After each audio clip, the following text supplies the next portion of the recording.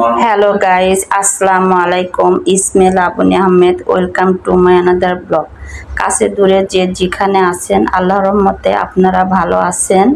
আমি ভালো নেই, কারণ আমার থাম্বনেল দেখে আপনারা বুঝতে পারছেন আমার ছোট বেবিটা অনেক অসুস্থ। ও এতটাই অসুস্থ যে আমি অনেক ভয় পেয়ে গিয়েছি, কারণ ওর অনেক বড় স্ট্রং ডায়রিয়া হয়ে গিয়েছে। আমি বাসায় অনেক চেষ্টা করেছি, তারপরও কোনো কিছুতে আমি সমাধান না করতে পেরে পরে আমি ঝটপট করে ওকে নিয়ে আমি হসপিটালে ভর্তি হয়েছি।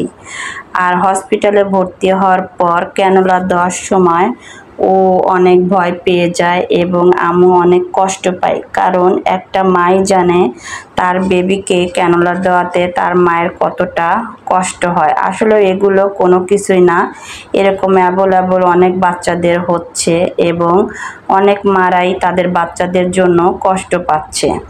হাসপাতালে এমনই একটা নিয়ম যে অনেক মানুষ আসে এবং অনেক মানুষ চলে যায়। কেউ কেউ আসে ভালো হয়ে, আবার কেউ কেউ চলে যায়। এতটাই গরম যে এখন আমি হাসপাতালে এসে দেখতে পাচ্ছি যে অনেকের অনেক জ্বর এবং স্ট্রং ডায়রিয়া অনেক বেশি বেড়ে গিয়েছে। এর জন্য আমি অনেক বাচ্চাদের দেখলাম যে বাচ্চাদের প্রচুর জ্বরও এসেছে। এই যে আপনারা দেখতে পাচ্ছেন যে হসপিটালের এমনই একটা নিয়ম যে তারা যারা ভর্তি হয় তারা আবার চলে গেলে ওখানকার হাসপাতালের খালারা বেডগুলো চেঞ্জ করে দেয়, আবার যারা আসে তাদের জন্য নতুন বেড দিয়ে দেয়। আমার মেয়েটা অনেক কষ্ট পাচ্ছে, আপনারা দেখতে পাচ্ছেন। আমি আসলেও হাসপাতালে থেকে অনেক টায়ার্ড হয়ে গিয়েছি। একটা রোগীর সাথে থাকতে থাকতে আসলেও তার আত্মীয় স্বজনরা অনেক টায়ার্ড হয়ে যায়, যেটা বলার মতো না। আমার মেয়েটার ক্যানুলাটা অনেক ব্যথা করছে, ও কান্নাকাটি করছে এবং বলছে আম্মু এটা আমাকে খুলে দাও, আমি বাসায় চলে যাই।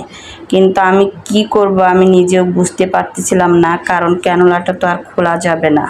আল্লাহর রহমতে আপনাদের দোয়ায় আমার মেয়েটা আজ সুস্থ হয়েছে, এর জন্য আমি বাসায় চলে এসেছি। বাসায় দেখেন কি অবস্থা, যে এতবারই ও বাথরুম করছে যে আমার বেডরুম কাপড় চোপড় সব কিছুই নোংরা হয়ে গিয়েছে। আমার বেডরুমের চাদর বালিশ ও বাথরুমে সব কিছু নোংরা হয়ে গিয়েছে, যার কারণে আমি আর ওই বেডশিটটা রাখিনি। ঝটপট করে আমি এক রুমে মেয়েকে রেখে আমি আমার বেডের চাদরটা চেঞ্জ করে নিয়েছি, কারণ ওই চাদরে তো জীবাণু আছে, ওই চাদরটা তো আর রাখা যাবে না।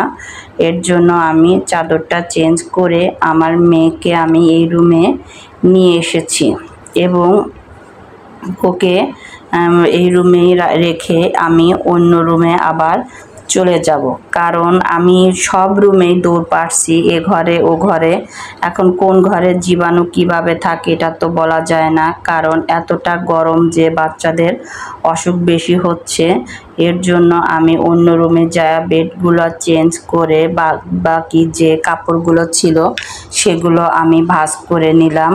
তারপর আমি রান্নাঘরে এসে আমি থালা বাসনগুলো ধৌত করে নিলাম, কারণ আমি রাইস স্যালাইন, ওটস স্যালাইন, জাউ ভাত, তারপরে কাঁচকলা ভর্তা সব কিছুই ট্রাই করছি দেখে আমার জিনিসপাতিগুলো অনেক ময়লা হয়েছে এবং আমার কাপড় চোপড় এতটাই ময়লা হয়েছে যে বলার মতো না। যেগুলো আমি নোংরা করে গিয়েছিলাম সেগুলোও, এবং হাসপাতাল থেকে এসেছি ওগুলাও অনেক কাপড় চোপড় নোংরা হয়ে গিয়েছিল।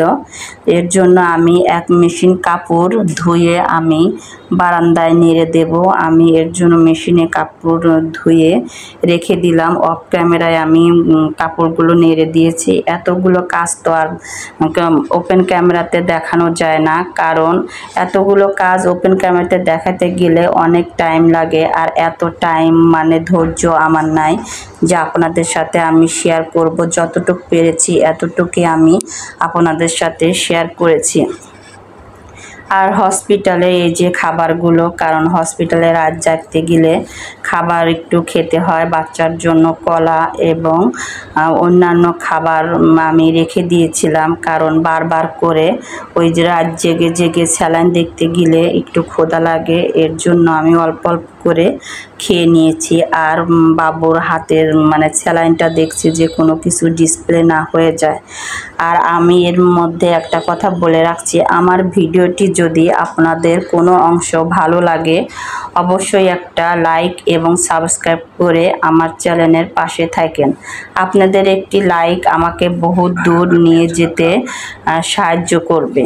আর আমার মেয়ের জন্য আপনারা অনেক দোয়া রাখবেন যেন আমার মেয়ে আরও ভালোভাবে সুস্থ হয়ে যায় এবং সব কিছু খাওয়া দাওয়া করে, কারণ ও হসপিটাল থেকে আসার পরে একদমই খেতে চাচ্ছে না, মুখে একদমই স্বাদ নেই। এবং হসপিটালে যাওয়ার পরে এই যে এত ওষুধ যে ওর জন্য কেনা হয়েছে বলার বাইরে, তারপরও এগুলো মানে কোনো কিছুই আমার কাছেই হচ্ছে না, কারণ আমার মেয়েটা যে আপনাদের দোয়ায় সুস্থ হয়েছে এটাই আলহামদুলিল্লাহ। যে আমার মেয়েটা সুস্থ হয়ে গেছে। বাচ্চাদের অসুখ বিসুখ হলেই ওষুধের আর কোনো থাকে না, অনেক ওষুধ অনেক লাগে। যাক, আমি এই যে বাবুকে ভর্তি করেছিলাম তার এই যে প্রেসক্রিপশন আপনারা দেখতে পাচ্ছেন, এবং এতটাই স্যালাইন আমি খাওয়াইছি যে বলার বাইরে। তারপরও আপনাদেরও যে বললাম আমি বাসায় ট্যাগেল দিতে পারিনি। আর একটা কথা না বললেই না, হসপিটালে গেলেই মানে টেস্টের কোনো বিকল্প নেই। তারপর আলহামদুলিল্লাহ মেয়েটা যাতে ভালো থাকে সুস্থ থাকে এটাই কাম্য। আমি ঝটপট করে ওই যে বাসায় এসে সব কিছু গোছগাছ করে বাথরুমটা ধুয়ে নিলাম, কারণ জীবাণু বাথরুমেও চলে গিয়েছিল।